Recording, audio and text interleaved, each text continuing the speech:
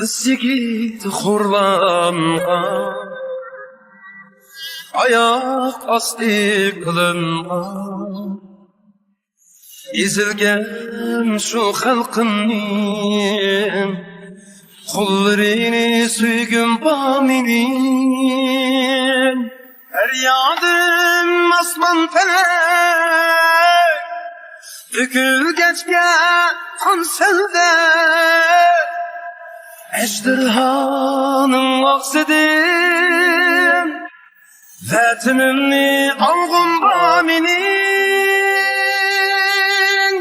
Afgan Uyghur mek Vatan kuldum her güçletligey Ay yıldız ayrılım Kötü yüzüne pürgün baminin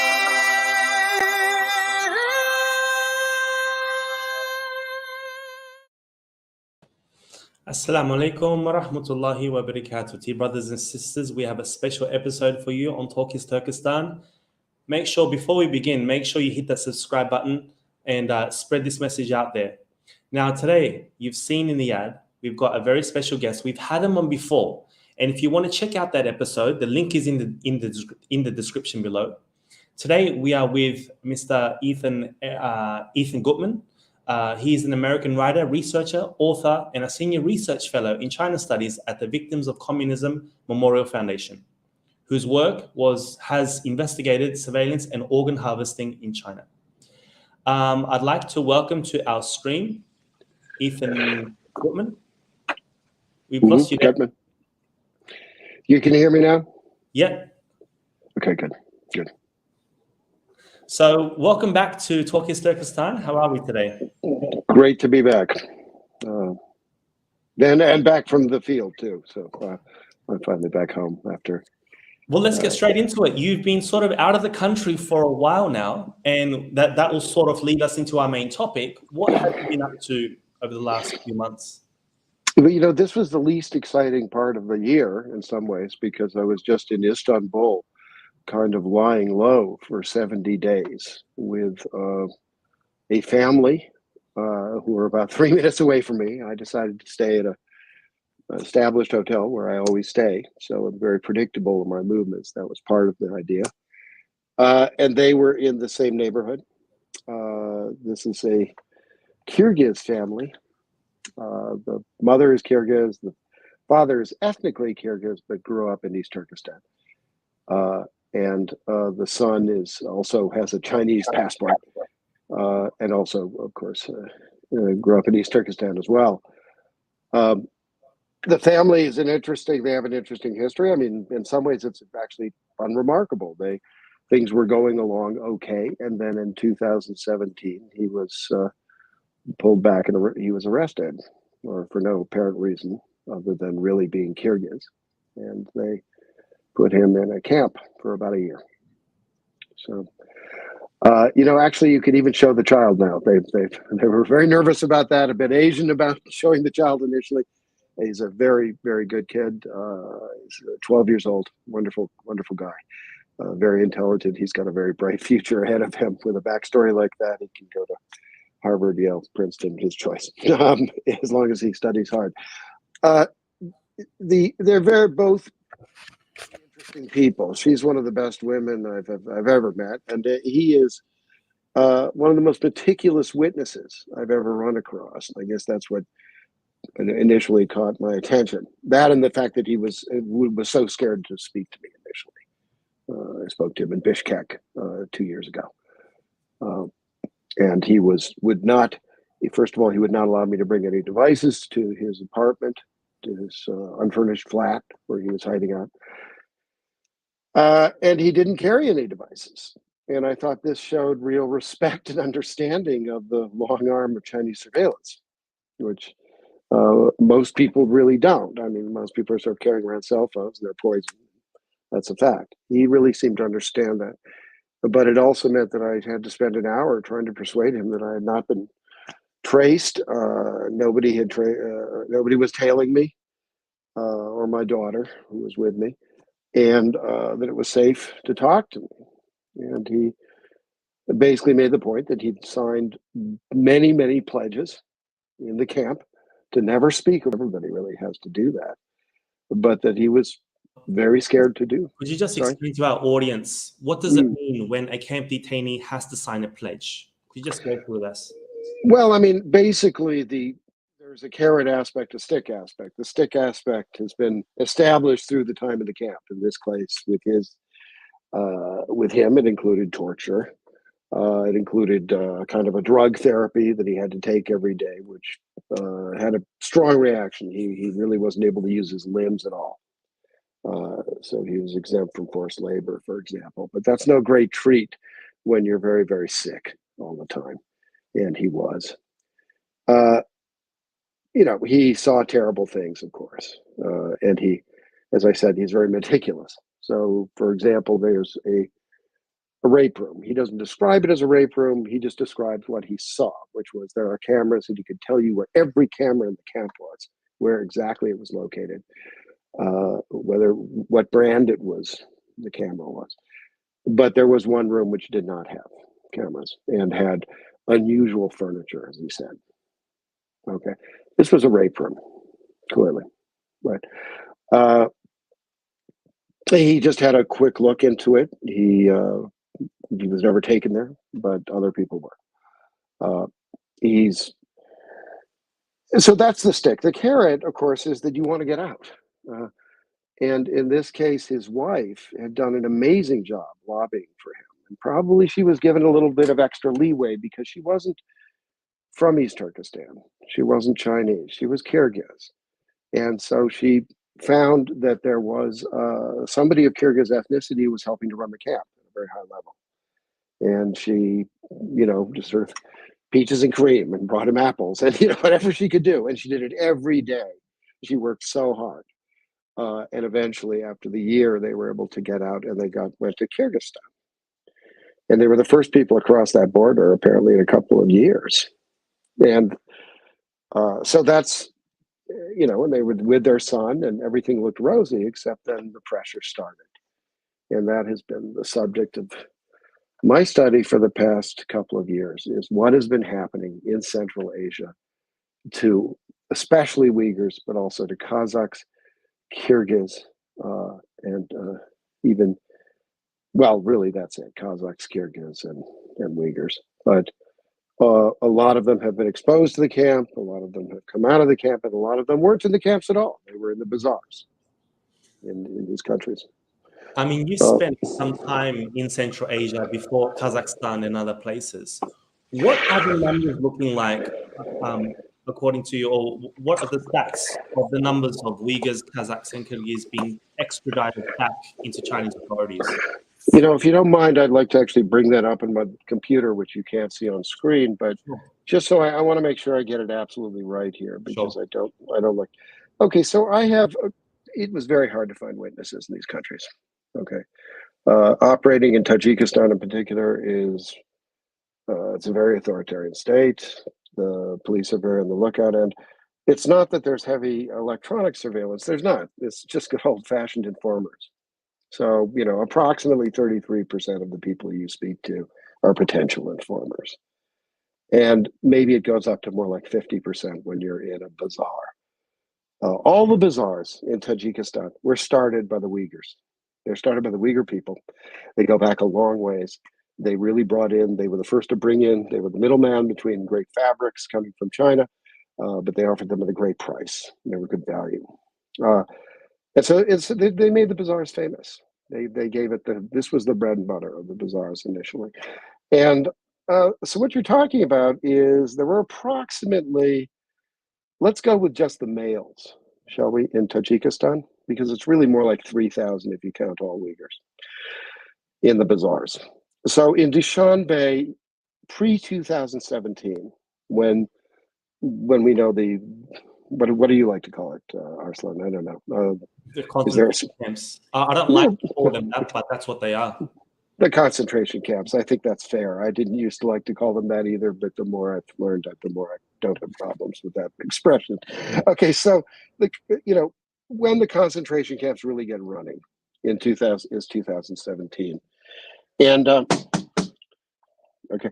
And in Dushanbe, major city, you have 400 Uyghurs in the bazaar. Okay. You currently have 40. The loss is 360. In Kujand, in the north, we have about 300 in the bazaar initially. Now there's 60. Well, they do a little better. Okay, 240, lost 240. Kurgantepe in the south, 300. This is a big bazaar for the Uyghurs. Now we have 18. Okay, so that's a loss of 282. So you can see it's a little different from place to place, but overall you have about an 85% loss. Now each one of these Uyghurs had 2 people associated with them on average. Maybe a wife. Some cases they married locally, but many times they'd have a wife or a couple of kids. So it averages out to about 2. So we're really talking about 3,000 people, which have simply gone missing. None of these people have been heard from since they were deported. The deportation operation, basically, there's a soft approach and a hard approach. And the soft approach is initially they're called in 2017, and they're told, mom's in jail, your mother's in jail. And there's been some misunderstanding about what you're doing over there. And we need you to come back and make this right. Just check in. That's all you have to do is check in and explain things, and then you go back. And so a lot of people, I would say the majority, left because of that kind of thing, out of family loyalty. There was a significant majority, approximately a third, sort of said, no, this is a trick. I mean, this is sort of obviously a trick. These other people are never heard from again. And they kind of put it off, and then they just left it there. They were taken back forcibly. Now, the way it was done was very simple. The Chinese consulate simply stopped renewing their visa. They would say there's a problem in the visa. They wouldn't even say there was a problem. They just say, well, there's a delay. And this would go on. And then eventually they would have overstayed their visa. And that's when usually the local police would show up first, gather them into some kind of holding area. We identified exactly where that was, up in Kujand. And it was very close to the airport. So it was easy to fly them out. We believe in down in Kurgantepe, they were probably taken by bus across the Kolma Pass, right into probably, straight into East Turkestan and processed there. We don't know that for a fact, but we've had some rumors about that. And apparently they were taken back in fairly small numbers, like 10 at a time. And I asked the policeman, this was a policeman who'd sort of done this investigation within the Tajik police, very, very quietly. And I said, why did they do it at 10 at a time? He said, mainly to keep people like you from noticing. It's hard to make a joke out of it, but this is what he said. It's sort of like, well, they didn't want any attention on it. This is the way it went down. And now I know that's a lot of numbers, and if you don't mind, I'd just move on to Kyrgyzstan here. You sure? Definitely. We'd like to get those numbers. And what can I just quickly ask how you came up with these numbers? What's the source? Yeah. So we had about approximately 5 witnesses in Tajikistan, which doesn't sound like much, and it isn't a lot. And believe me, it took us months to get them. It's a very difficult procedure. You're trying to sort of read faces in a market to figure out if somebody's going to turn you in or cause trouble. Okay. So you have to do it very slowly and very carefully. It's a kind of seduction process. You sort of reveal things along the way, and you see how they're reacting and so forth. You try to have tea with them, and of course there's always interest because I'm with a fixer who's Uyghur, but I'm a white face. So I'm potentially this. I'm sort of an unidentified flying object, which has just landed. Potentially a dangerous one, potentially one offering all kinds of promise. And it's kind of an art to try to use that in the most correct way without making promises one can't keep. But we did have about 5 people there, and the interesting thing about it was the estimates were so close. I mean, they were right on the money. And it wasn't as if they'd all heard them from other people. Each one of them was coming from a completely different position, and none of them knew each other.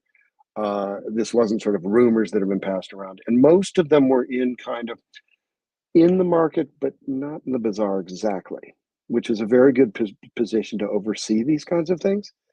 Let's say you're somebody who gets involved in weddings or festivals. Then you're going to notice who's there, right?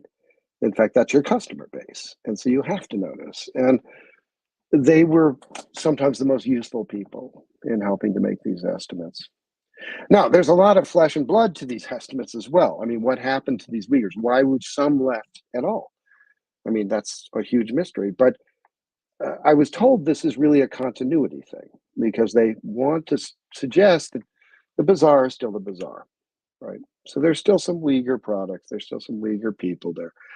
What they've done, and I don't mean to insult anybody here, but what they've done is left the people who are basically interested in money and not terribly interested in their homeland anymore or their people. Now, I'm not saying those people are really like that. I think what I found was you scratch the surface, you find something a little different. But they've been trained or they've been so disciplined that they don't speak that way, all right?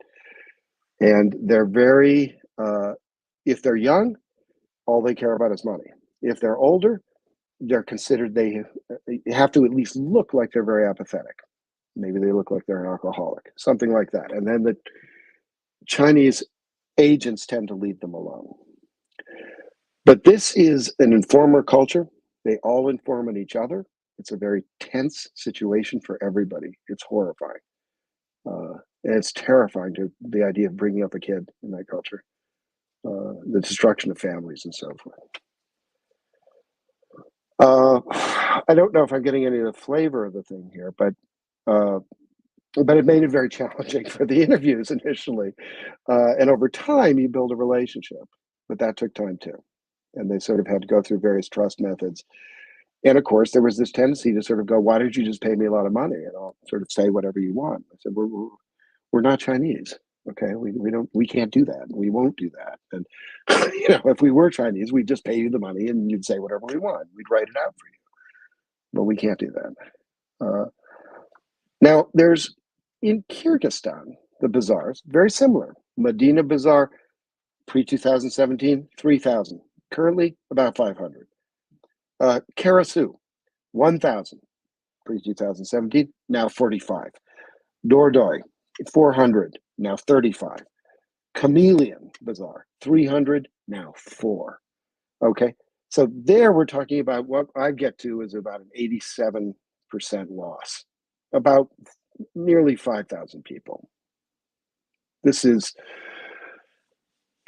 a catastrophe. You could say, well, it's not as big as a catastrophe as, of course, what's going on in East Turkestan, and it isn't. But expats are very influential in these cultures. And what it tells you is something about what's happening to Central Asia. If you think of what's happening in East Turkestan as a kind of virus, it's spread very, very deeply. And other groups have made this point as well. They've said, that Uyghurs have been sent back from all over the world. And I think those studies are very worthwhile. They give numbers as well.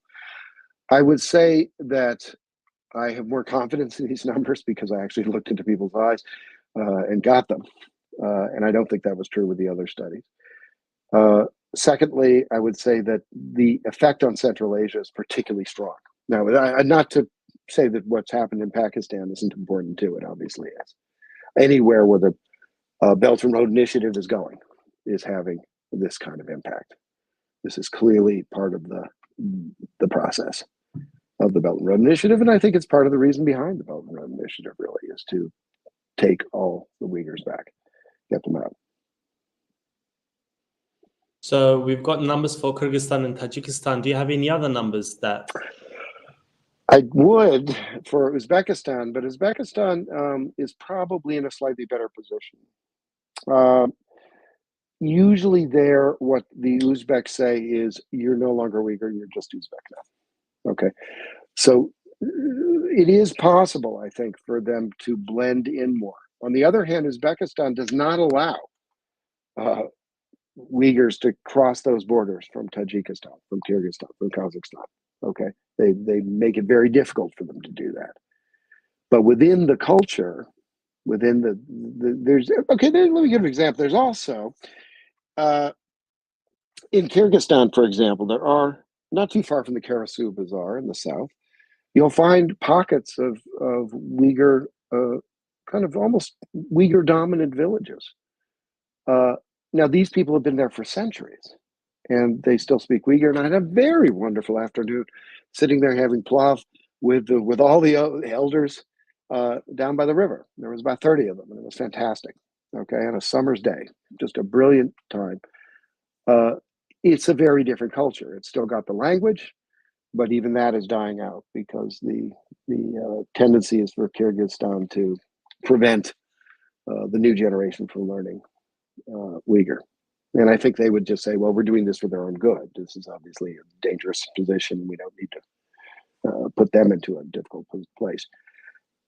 So they might explain it from a benevolent aspect. I don't know. And we didn't really talk politics with these guys. And I don't think they wanted to. I think they really wanted to talk about their culture, their specific culture, how they'd survived within Kyrgyzstan.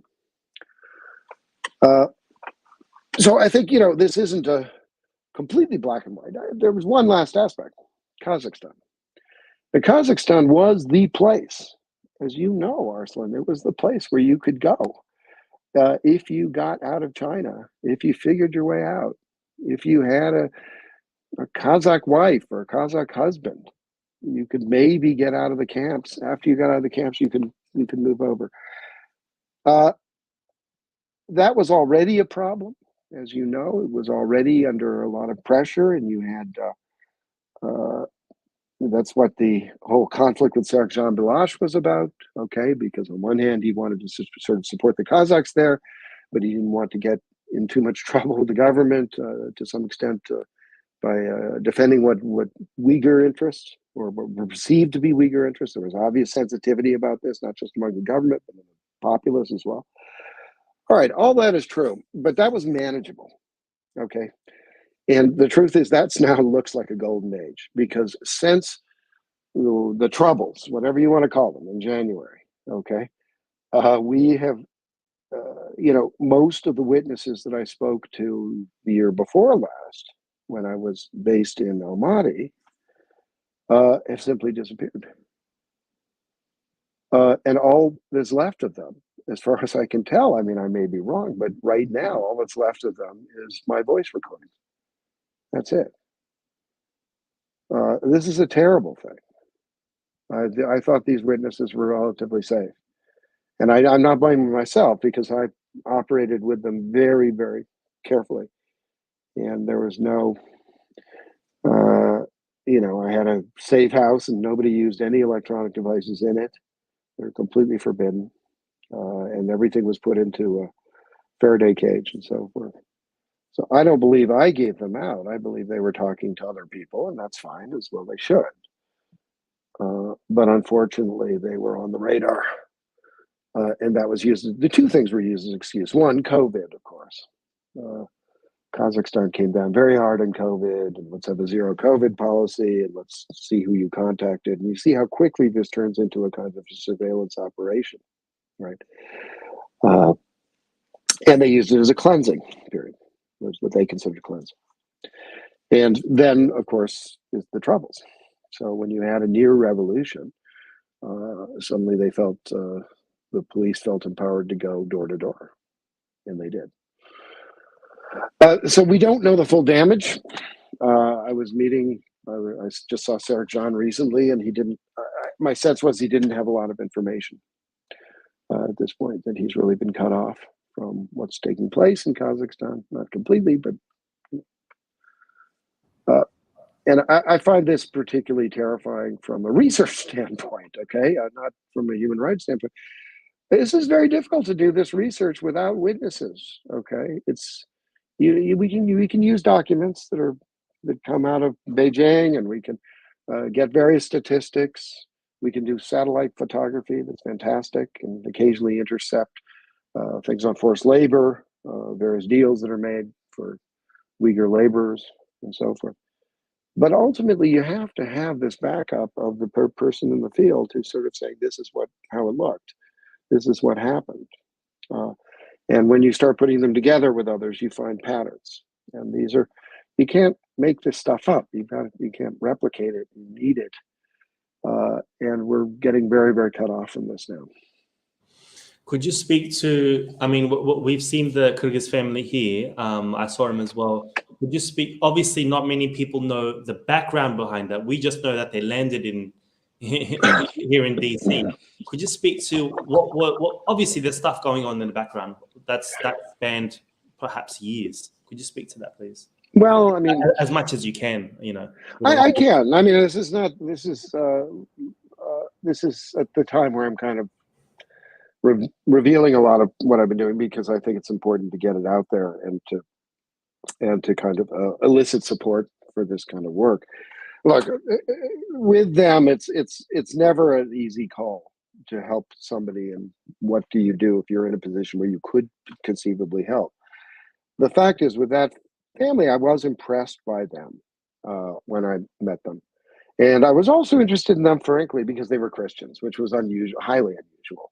Okay, coming out of the camps and so forth. But I thought it's important to flag the fact that this is obviously aimed at the Uyghurs, but a lot of other groups have sort of gotten thrown in the pot along with them. And I thought they brought an interesting perspective.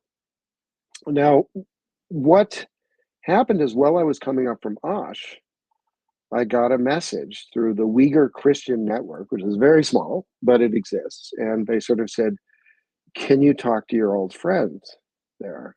And I said, sure, you just give me some way to reach him, and we'll try to reach him securely. And we did. We found him in a completely different place on the outskirts of Bishkek, in some weird housing that he was staying in temporarily. And we were able to get together, and I interviewed him on forced labor, did an excellent interview as usual. And then I said, so what's the problem? And he said, look, my bank account's been closed. They're after me.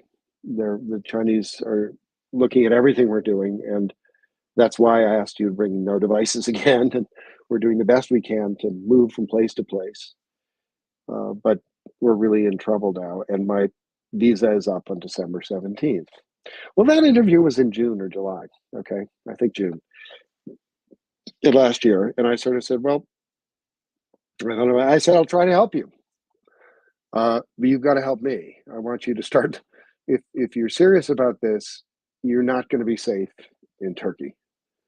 Not really. I wish I could say that you'd be safe there, but you really won't be. And you have to be ready to move to America. Are you willing to do that? And he said, yes. And I said, okay, then you have to do this for me. You have to start learning English immediately. Okay, spend as much time as you possibly can on this. They said, there is no job for professional victims in America, right? It's like, I believe you have, research credentials, you have a bit of a legal background.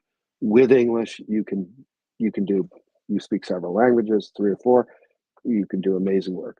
So can we plan on that? And we did. And we both kept our eye on this, but of course I was sort of went to Washington and kind of did a campaign on this. I went to various people I knew, had good conversations with before, and some of the obvious people, Rubio's office, Senator Rubio's office, Congressman Smith's office, and so forth. I also went to the State Department. They said, yeah, we'd be interested in that, or we'd like to do that, see these people come out.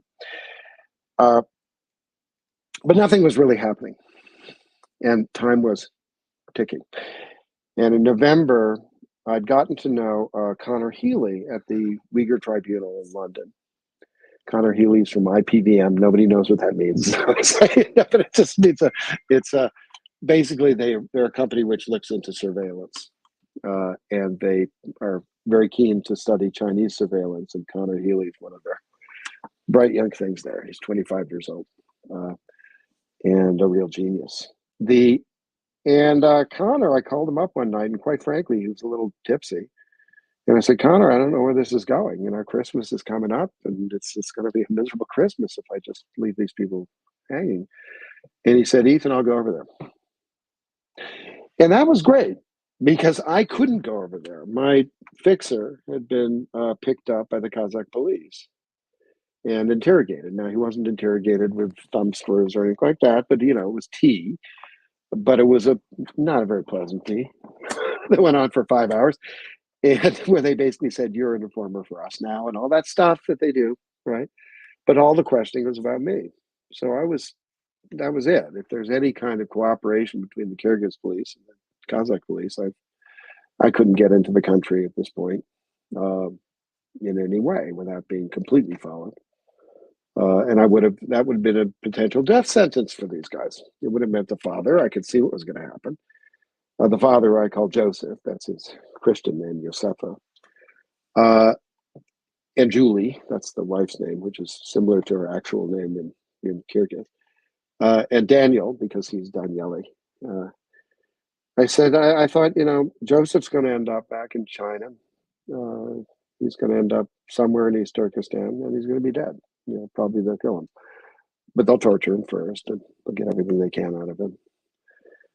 Daniele will end up in an orphanage. And they'll try to use him as an asset of some sort, because he's bright. And Julie, I could see, would go to a Kyrgyz village way out there and pine away. I really could see this very clearly. This was going to happen. It was all written in a way. And that all changed when Connor Healy said, I'll go over there. I'll try to take him out.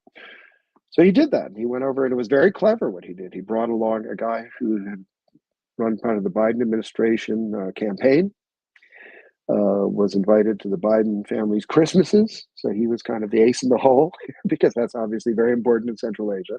You say there's this connection to the president. Connor Healy was ostensibly working for the government, was able to get some sort of establishment that he was somehow representing something in the American government. And then we also used a local Christian family who was there, who was based in Bishkek. And so the whole thing was to look like a Christian group traveling out. Okay. And it worked very well. They were able to get through. They sort of, it was a crowd clustering. We had 4 kids involved, and a bunch of parents, and we had Connor Healy and his bright friend, Michael Pusik, and they all were able to make it on. And I'll tell you, getting the news on December 15th that they were on the plane in Signal, that everybody was on the plane, was that was Merry Christmas. I mean, that was a fantastic, fantastic feeling. The problem, it sounds good. Like a Hollywood script, like you could potentially make a movie out of it, like like these extraction movies. You have to extract a family, and well, I mean, I know they always exaggerate these movies. Even have you ever seen Argo?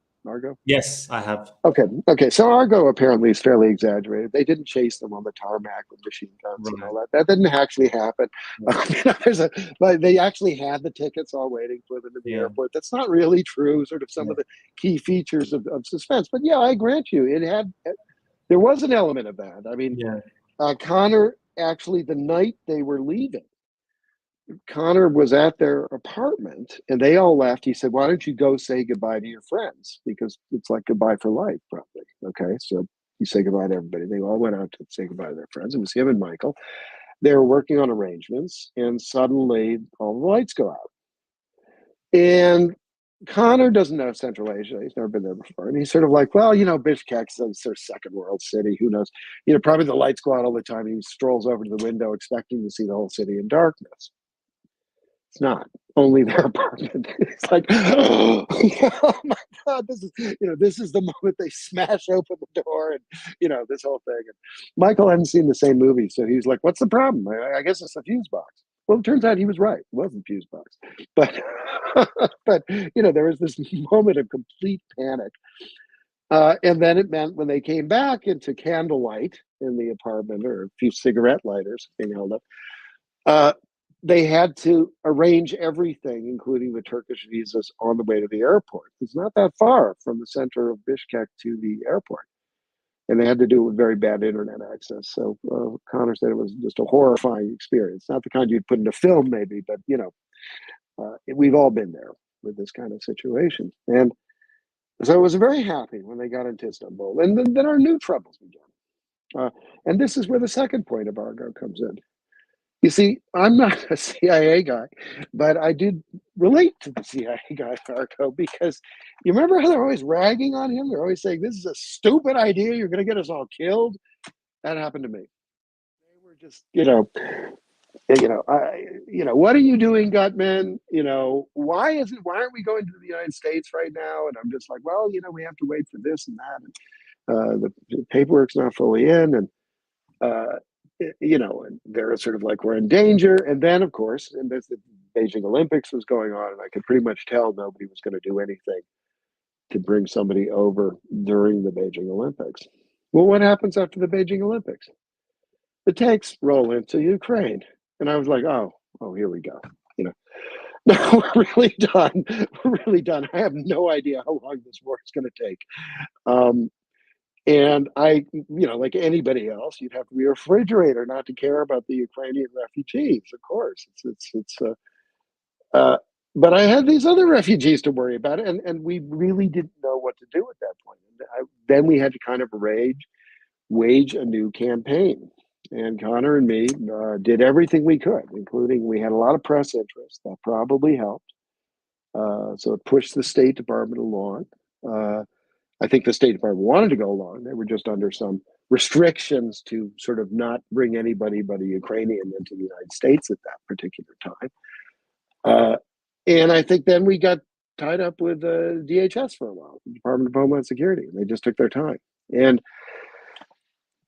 there, I think probably, again, the press interest probably, sped things up at least a little bit. But there were moments where the real desperation, where, I was trying to be reassuring and saying, I think everything's okay, everything's coming along fine. And there were nights when I couldn't sleep. I just said, I'm here in Istanbul, and I don't know what I can do for anyone here. And they could be here for years. And at some point, I'm going to have to go home. And they do not speak the language. They don't even speak English.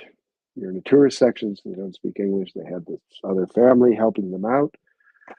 But they would have had to rely on the Christian community or maybe the Uyghur community. There's no Kyrgyz community to speak of in Istanbul. And, to some extent, I could look at it from their perspective. Maybe we were better off in Bishkek. At least we spoke the language. We could have hidden better, Here we're very exposed, which is exactly how they felt. They couldn't ride a tram because their visas were already well over time. Okay. They couldn't get a PCR test, for example. The idea of the kid going to get some schooling was impossible. Obviously, everything like that was impossible. So you go into this kind of twilight world, and I've seen this with a lot of Uyghurs inside Istanbul and Ankara, where they overstay their visas, and so it's difficult. They don't want to expose their position, and they live in that world. On Turkey, have you got any numbers on the amount of extraditions from Turkey into Chinese hands? I think it's fairly low. I think we're talking about handfuls here, a handful here, a handful there. But as you well know, Arslan, because I know you must have covered, you did cover this on East Turkestan. Yeah, I have this, but the Turkish government has denied any sort of involvement in this. Yeah. You mean the 10,000? You mean let's trade 10,000 Uyghurs to Tajikistan in exchange for Sinovac? That deal?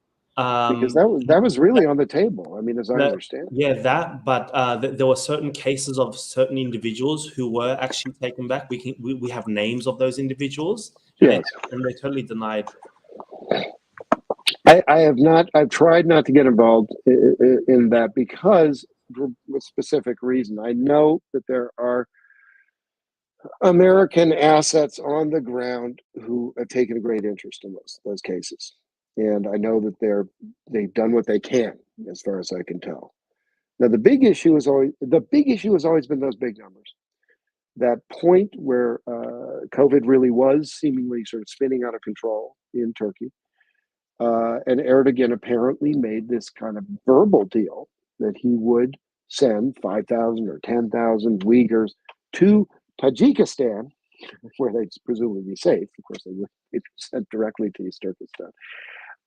And China would just accept them and do what it wanted in exchange for Sinovac.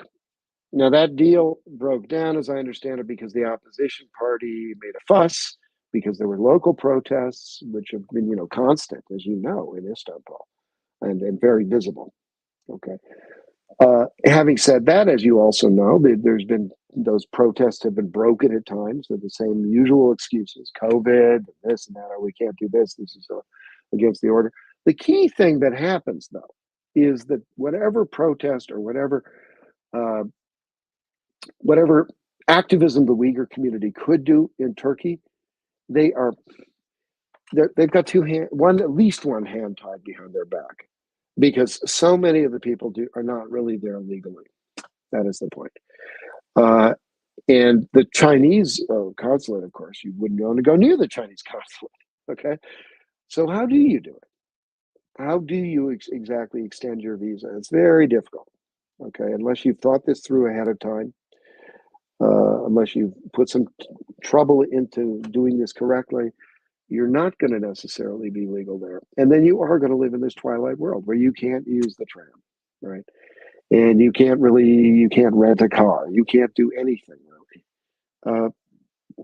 That's an awful position for anybody to be in. And I felt for a lot of my witnesses that I interviewed in Turkey who'd come from the camps, we're in that position. Ethan, obviously the work that you do is not free. Can you explain to our audience how they can help you guys out, fund these projects to save these people? Well, this last part, yeah. This last part was unusual because I ended up staying 70 days in Istanbul. Now that's, given that the war was on, I think that was, it doesn't look that bad to me now, but it was time, and it was time that I had no support. Okay, and now I'm not the only one. I'm Bob Fu, who is a Chinese Christian activist, runs China Aid. He was our extraction guru. I mean, one of the things I was talking about Argo, one of the things they were saying to me is like, well, why hasn't this happened yet? And Connor said that we'd be back in the States before, right after New Year's, right? And I'm like, well, Connor's never really done this before. And they're like, he hasn't. Well, then who's an expert? And I said, well, Bob Fu's kind of an expert, but he's not here. It's like when I talked to him. I said, there aren't any experts. Okay, there are very few experts on doing this really actually out there. And we're kind of doing the best we can and making it up as we go along to a certain extent. That did not reassure people. But the point is that Bob Fu ended up spending, because of the way we were doing this, which I think was kind of clever. We kept the families together. We had this sort of gaggle of kids, which then allowed us to do the same thing. Even though we were pretty legal heading towards the United States, we were able to kind of, it looked good. You've got these kids, and at one point they had Joseph had a gun in his suitcase. When how you go into Asian airports and they sort of, you have to run your suitcase initially through something, a little scanner, and pulls it out, and they sort of like open that suitcase. He opens up, there's a gun there, a revolver. Well, it turns out it's a BB gun. But he had 3 of them, and he sort of gave it away 2, and he wanted to keep 1 for sentimental purposes. And I was just like, oh my God, it's such a potential fiasco. But again, saved by the fact that there were kids around, everybody, we just didn't look bad. That cost money. And Bob Fu was paying for all of that. Okay, that whole business of the families and the rest of it. So basically, we have set up a GoFundMe, or he has, for China Aid. And that is out there. It's got a funny name. Kind of probably too long and complex, but it's accurate. Let's see here. Yeah. So I don't know if anybody wants to run to this, but it's called Save East Turkestan Refugees, organized by Bob Fu. And, we have about over 2,000 in it now. We're hoping to get to at least 20 or 25,000 And the idea of this is not so much to cover the costs of what we've just done, because to some extent we'll have to absorb some of that. I think the point is, this shouldn't be a one-off. You know, there was a lot of press excitement about this, Arslan, okay? The Wall Street Journal covered it, Guardian, a lot of places. I think the New York Times is still going to write a big article on this. And, you know, frankly, and CNN was there at our press conference in Washington. You know, and one of the things, everybody's so excited because it's an intact family. Maybe one of the first ones who's ever come in. But that shouldn't be an exception. How else are people supposed to come in? Do you know the amount of mothers, Uyghur mothers that I spoke to in Turkey who were separated at the airport from their kids, and now they're completely isolated from them, and they see their kids occasionally in one of these horrible propaganda videos. You know, I didn't make a big deal about that. I haven't really written about that or talked about it a lot, but it's very emotionally affecting when you're in a room with 7 of these women. I mean, it's a terrifying thing that they were all separated this way. So what we want to do is get away from that. We want a system where it doesn't have to be everybody. People should be bringing a gift with them. They should be bringing some information or some particular observational powers or something.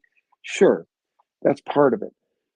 But we need to do more of this. And when we do, we need to bring in an intact family. And that is expensive. It's not a cheap proposition. Okay. You know, when it comes to safety in these situations, money really can't be the object. You have to be ready to buy that plane ticket an hour before you fly, okay? Because if you buy it a day before you fly, you're giving away everything, okay? You buy it an hour away, maybe they don't have time to respond, okay? They may not come chasing you with the machine guns on the tarmac, okay? But, you know, nonetheless, that's how you feel. And it's important to respond to that. And it's important to also keep the refugees themselves or the witnesses themselves, that they're not too tense either, because they have to perform. Borders are very, very tense places these days, especially with COVID, especially with Central Asia, especially with Chinese power, that everybody can feel there. And you know, if anything goes wrong, they've got that Chinese passport. And any time the border guard can say, well, we have to talk to the Chinese consulate before we go any further. And that's the end of it. So this is a worthy cause, and we just produced some results. And I think that's kind of rare right now. I mean, there's a lot of causes out there which are saying help the Ukrainians, and I want to help the Ukrainians too. But we can say this is not just a sort of help the Ukrainians. This is something tangible. We just did it. We can do more of it. It'll probably be not me doing it. Hopefully next time it'll be somebody else, some other poor fellow who's going to get yelled at occasionally. But you guys can get me to do it. I'd happy to lend. Right. And I wish it's something else. I wish if people were, when they are on that GoFundMe site, even if they're leaving $20, don't worry about looking like a cheapskate. Yeah. Just put your name on there. Okay. Well, we need our names. Everybody wants to put anonymous. Okay. It's like, no, we don't. These are not great economic times. And if people put $10 in, that's fine. I'd love to see their names. Yeah. Thank you so much for your time, Ethan. I'm going to close out the show now. Is there anything else that you wanted to mention before I close it out? No, Arslan, thank you very much. I always appreciate being on the show, and I'll be back when I'm promoting my book. Definitely. I'll make sure you gift me the book, and then I'll yeah, that's a fair deal. Okay. Don't go away, because I want to speak to you a few minutes after the show. I'm just going to close it out with the credits. Yeah. Cheers. Okay, thank you so much, brothers and sisters. Make sure you follow Ethan Gutmann's work as well. He has a number of books out, especially on organ harvesting, like The Slaughter. Until next time, everyone, take care. Assalamu alaikum wa rahmatullahi wa barakatuh. Ümit üzme aziz halqim, ümit üzme ey ana yurt.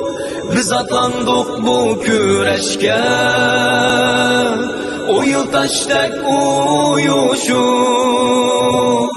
Allah verse bu nusretni,